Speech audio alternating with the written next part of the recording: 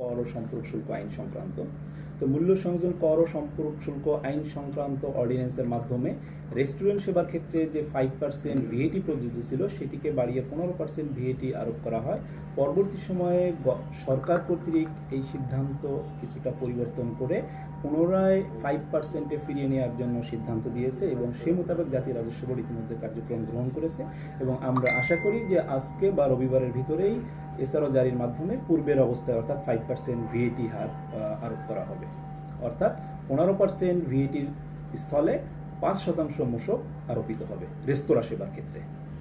আগেরটাই পুনর্বহাল থাকছে, অর্থাৎ রেস্তোরাঁর ক্ষেত্রে আগে যে 5% ভিএটি যেভাবে ছিল ঠিক একইভাবেই 5% ভিএটি প্রযোজ্য থাকবে।